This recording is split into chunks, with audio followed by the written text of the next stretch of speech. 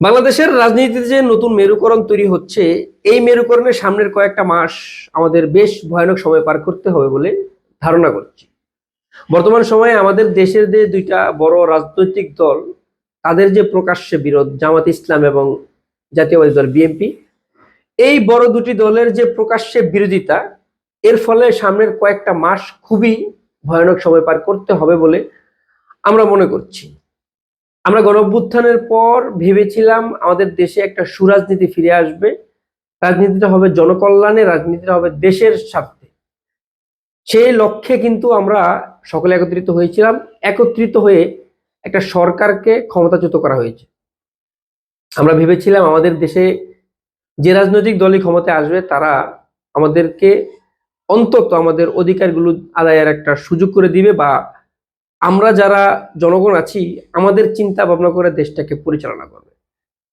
সেটা ভেবে বাংলাদেশের মানুষ একত্রিত হয়েছে। বাংলাদেশের মানুষ যে একটা ভূমিকা রেখেছে, সেই ভূমিকাকে প্রশ্নবিদ্ধ করতে আমাদের দেশের অসংখ্য ব্যক্তিবর্গ আছেন, তারা উঠে পড়ে লেগেছে।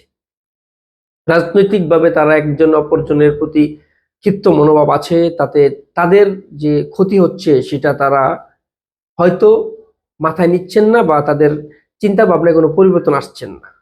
কিন্তু জনগণ এখন আর সেই মার্কায় কিংবা আপনাকে ব্যক্তি পছন্দ করে নির্বাচনে ভোট দিবেন সেই জায়গাটা কিন্তু এখন আর নাই। নতুন করে আমরা শুনতে পাচ্ছি একটা দল গঠন হবে বাংলাদেশে, সেই দলটা ছাত্র জনতার মধ্য থেকে হবে, ছাত্ররা নেতৃত্ব দিবে। একটা জায়গা কিন্তু তৈরি হয়েছে যেখানে আমাদের দেশের নতুন নির্বাচনে নতুন করে একটা মাইলফলক তৈরি হতে পারে। আমাদের দেশের বর্তমান যে অস্থিরতা, দেশের যে রাজনৈতিক অস্থিরতা, সেটা আমরা পূর্বেও ছিল, কিন্তু একটা পট পরিবর্তনের পরে এমন এই অস্থিরতা থাকার আশাবাদী আমরা ছিলাম না, এটাতে আমরা আশাহত হয়েছি। রাজনীতিতে যে নতুন মেরুকরণ তৈরি হচ্ছে, সেই মেরুকরণে অনেকে ঝরে পড়বে, অনেকে আবার মাথা চারা দিয়ে উপরে উঠবে, এটাই স্বাভাবিক। কিন্তু রাজনৈতিক নেতাকর্মীদের এই অস্থিরতা, তাদের যে বিরোধিতা, সেটা অন্যান্য রাজনৈতিক দলকে সুযোগ করে দেয়, সুবিধা করে দেয়। এই যে ভোট কমছে, আপনাদের ভোটের ঘাটতি একটা সময় আপনারা ফিল করবেন যে বাংলাদেশের মানুষ এখন নতুন করে গড়তে শিখেছে, নতুন করে একটা জায়গায় দাঁড়াতে শিখেছে। একটা সরকারকে আপনারা বসিয়েছেন, সেই সরকারটাকে নিয়ে আপনাদের অনেক আশা আকাঙ্ক্ষা আছে। সেটা আমাদের জনগণের পক্ষ থেকে আপনাদের উচিত যে আপনারা মিলেমিশে সরকারকে সহযোগিতা করেন। কিন্তু আপনারা যে একে অন্যের প্রতি যে ক্ষোভ জারছেন, একে অন্যের প্রতি যে খুব ক্ষিপ্ত একটা মনোভাব দেখাচ্ছেন, এটাতে আপনাদেরই ক্ষতি হচ্ছে। আপনাদের রাজনৈতিকভাবে আপনারা অনেকটা হ্যায় প্রতিপন্ন হবেন বলে আমরা মনে করি। আমরা জনগণ, আমরা যেখানে শান্তি পাবো আমরা তাদেরকেই ভোট দিব। আমরা চিন্তা করব যে আমাদেরকে কারা খুশি রাখবেন, আমাদেরকে কারা অধিকারগুলো আদায়ের সুযোগ করে দিবেন, আমাদেরকে নিয়ে কারা চিন্তা ভাবনা করবেন। সামনে একটা নির্বাচন আসছে, সেই নির্বাচনে অবশ্যই আমাদের দেশের যে বড় দল, জনপ্রিয় দল, তাদের প্রাধান্যটাই বেশি। কিন্তু আমরা হচ্ছে আমাদের যে বর্তমানের সময়টা আমরা পার করছি, যে সময়টা আমরা কখনোই আশাবাদী ছিলাম না। আমরা ভেবেছিলাম আপনারা সকলে একত্রিত হয়ে, যেহেতু একত্রিত হয়ে একটা সরকারকে নামিয়েছেন, একটা সরকারকে আপনারা নামাতে উভয় দলেরই যথেষ্ট, মানে বলা চলে যথেষ্ট আপনাদের অ্যাক্টিভিটি ছিল, বা আপনারাই নেতৃত্ব দিয়েছেন। হয়তো আপনারা প্রকাশ্যে ছিলেন না, আপনারা দূর থেকে থেকে সেটা চেষ্টা করেছেন, বা আপনাদের জনবল দিয়ে চেষ্টা করেছেন।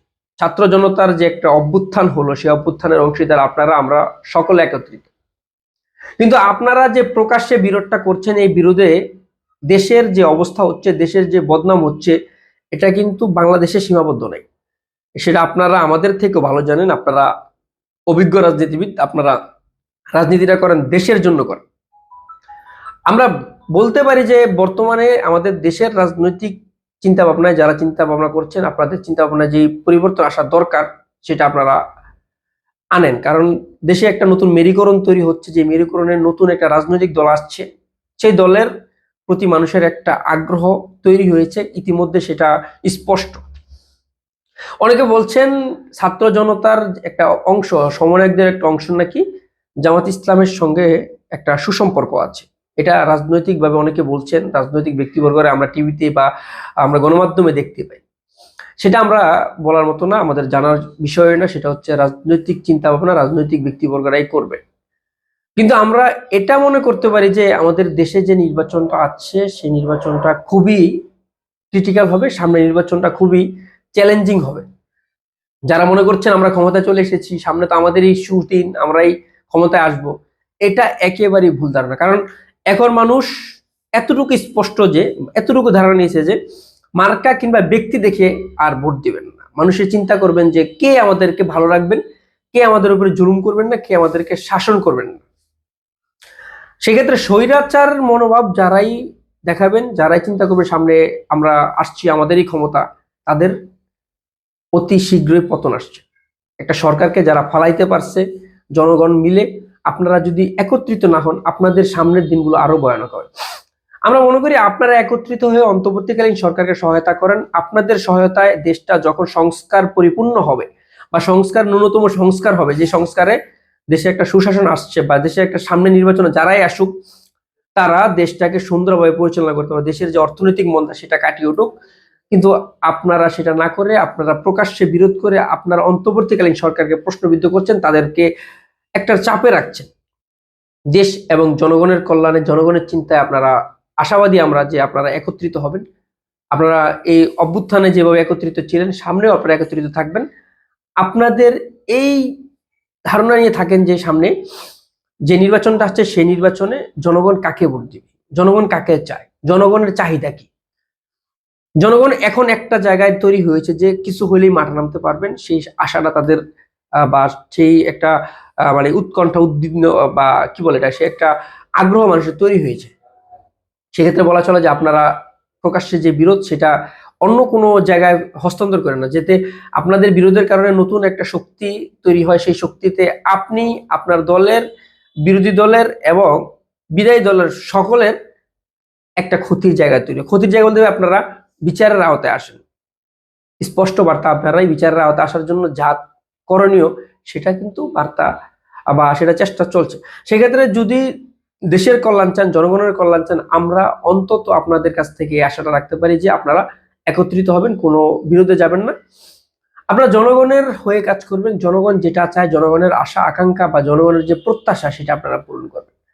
সামনে যে কয়েকটা মাস আমরা যে বর্তমান সময়টা যে পার করছি, যে সময়টা, এই সময়টাতে আমরা অনেকটা বুঝি যে সামনের কয়েকটা মাস আমাদের জন্য খুব খারাপ একটা সময় পার করছে। এর মধ্যে যদি আপনারা একত্রিত না হন, সামনে কিন্তু আপনাদেরও বিপদ। সেটা আপনারা আমাদের থেকে ভালো জানেন, আপনারা নিজেরাই বলেন। একটা চেষ্টা চলছে, একটা করছে।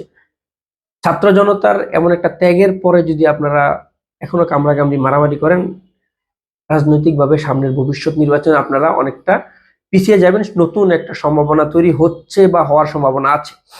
আমরা অবশেষে বলতে চাই, আমাদের জনগণের পক্ষ থেকে আপনারা একটা বার্তা নেন যে যারা জনগণের কল্যাণে কাজ করবেন তাকেই নির্বাচিত করবে দেশ এবং দেশের জনগণ।